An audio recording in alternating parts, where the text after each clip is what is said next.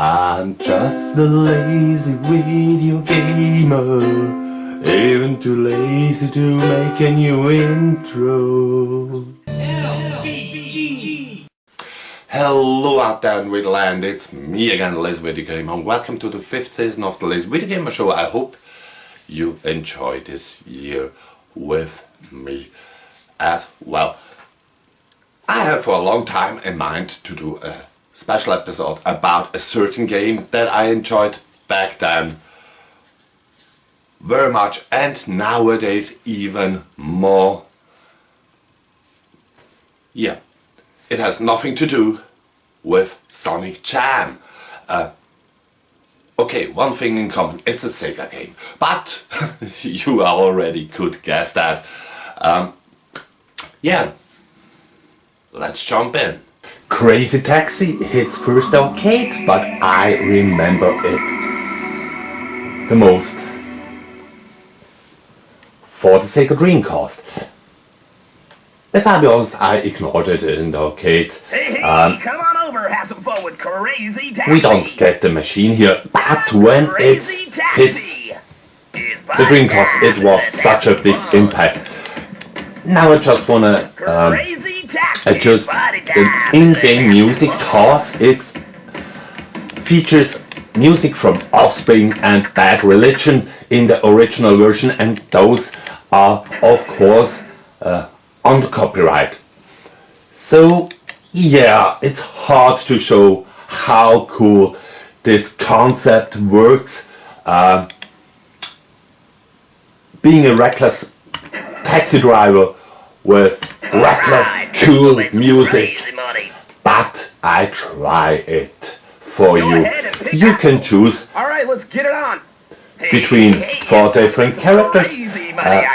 Your goal is to get a passenger and get it as soon as possible to his destination. In the original game, also on the Dreamcast,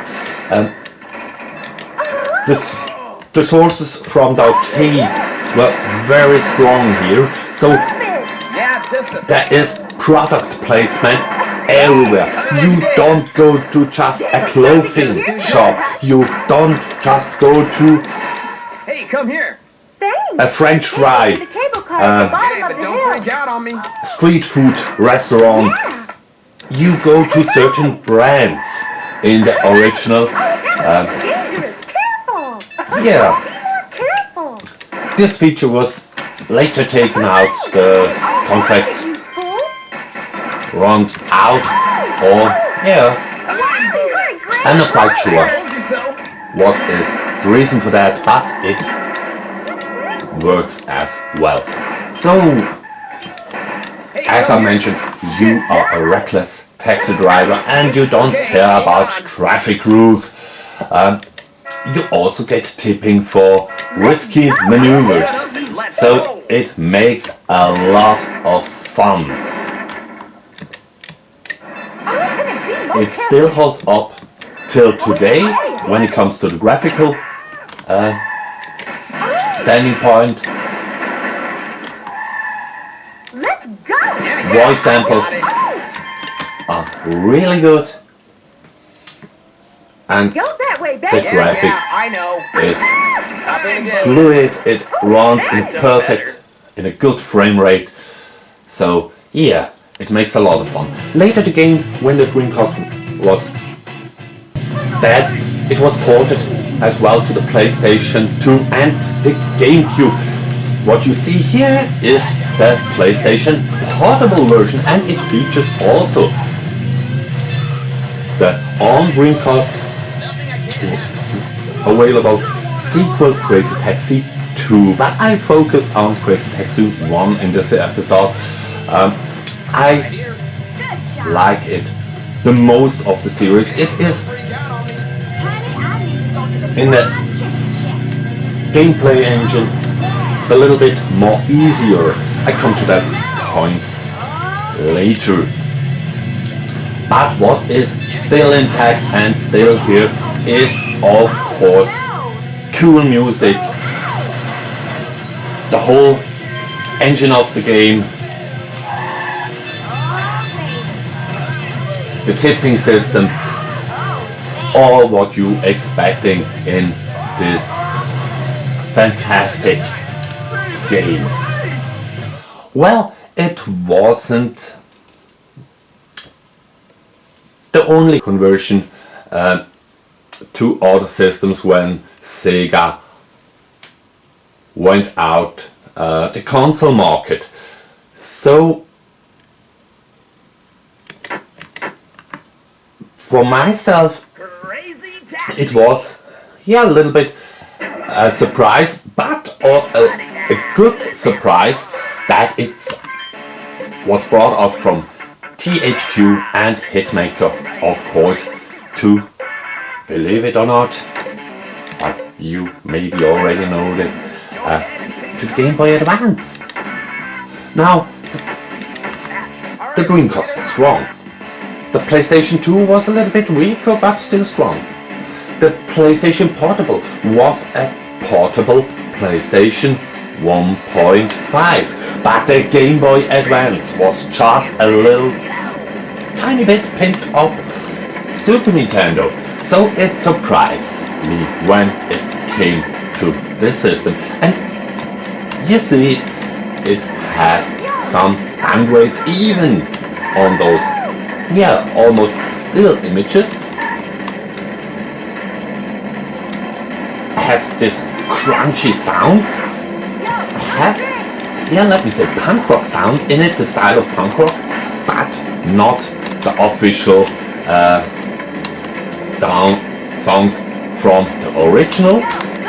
And what surprised me the most was you almost played reverse. So the first passenger you pick up in the original brought you to his cable car stop, and here the first passenger you pick up brings you in the complete opposite of the town. So for those people who never saw this, will never make a complete round, what was the duration in playing time?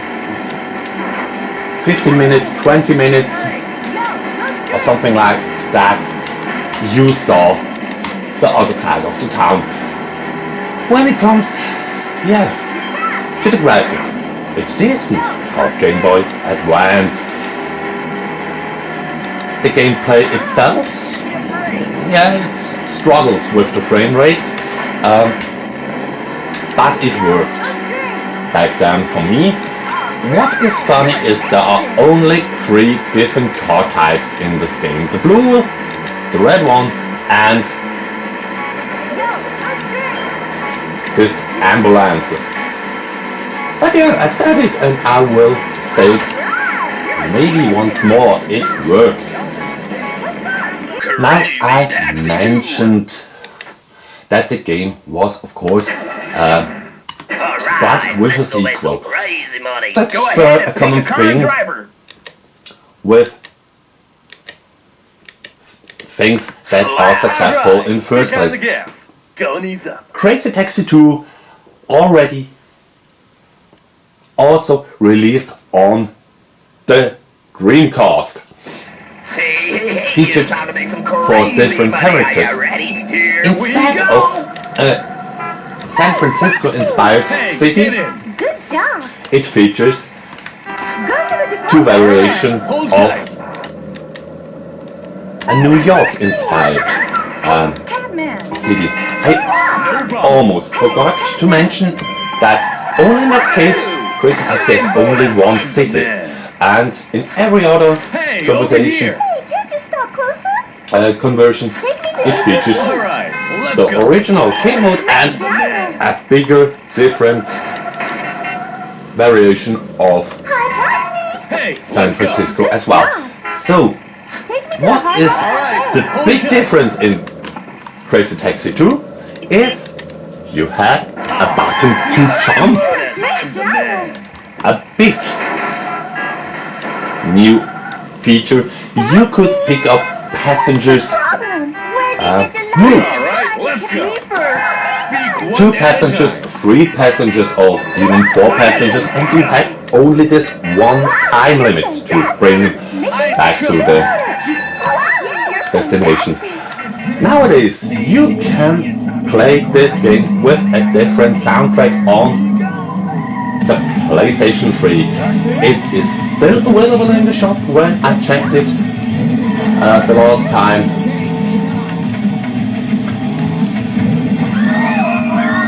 It also doesn't feature the brand names of the companies you drive as destinations, but if I'll be honest, if you can live without the music from the original, it has a fitting soundtrack in this conversion as well. It fits great, and it also plays great.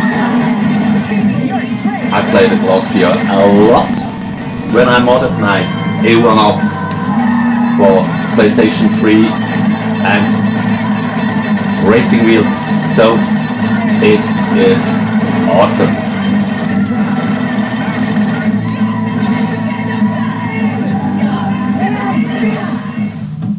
I almost forgot in the whole fast-paced action gameplay that the game features in every home conversion this little mini game mode called Crazy Box. You had to do some missions, big jumps, get the passengers to destinations, or name it, and it's almost something in there. It's almost like a tutorial mode. Yeah. So, and this was it for this episode of the Lazy Videogamer Show. I feel the need for speed and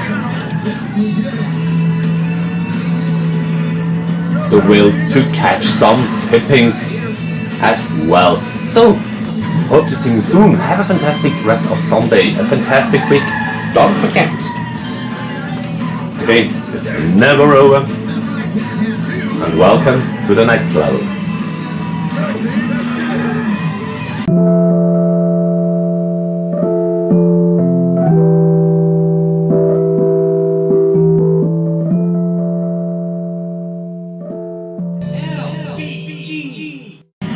Nowadays I feel this is the only or the coolest way to play Crazy Taxi.